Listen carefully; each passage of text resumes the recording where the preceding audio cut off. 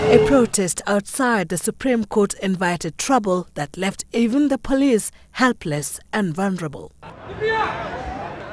This second time, when I saw people screaming, but there was no sound, for tear gas, there was no smoke, no nothing. But when I look up, I see this huge swarm of bees. But as the police, protesters and the journalists covering the protests scampered for safety, a street beggar, paralyzed from his waist downwards, was glued to the ground, his wheelchair beside him, alone and at the mercy of the bees. A journalist, Victor Moyakane from KBC, noticed him and, as though in a trance, leapt forward to pick him up. I saw hundreds of bees around him, his face, his head.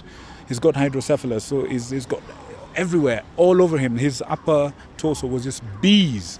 It looked like he had a helmet on, and he was just made of a live swarm of bees. With all that commotion around you, how did you even notice this guy who was in distress?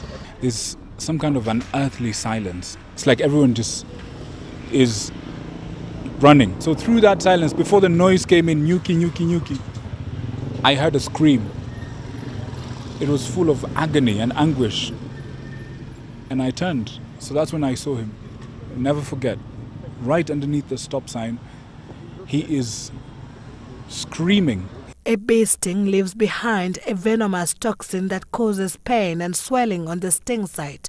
In some cases, it may lead to a severe allergic reaction that could be potentially life-threatening and requires emergency treatment.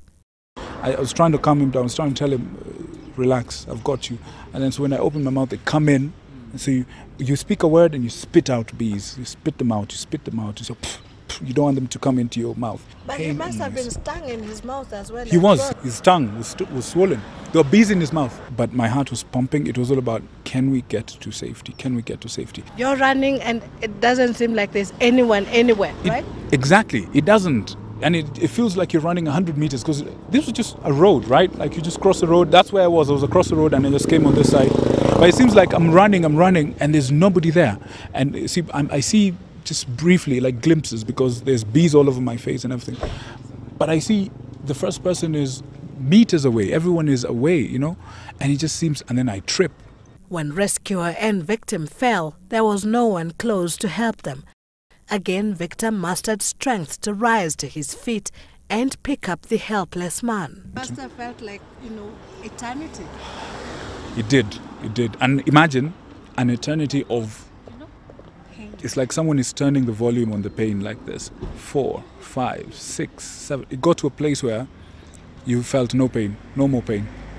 It was too much. So when I handed him over to people, I went back to get his wheelchair.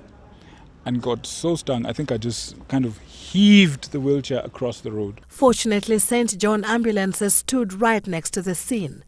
Victor was later taken to MP Shah Hospital for treatment as the street boy, identified as Amos, was taken to Kenyatta Hospital. The swelling on Victor's face and body subsided overnight, and today, though still in pain, he went to Kenyatta alongside officials from Kenya Re to visit him.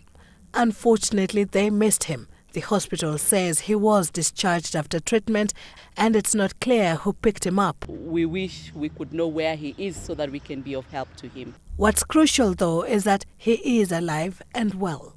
Sylvia Chebet, Citizen TV.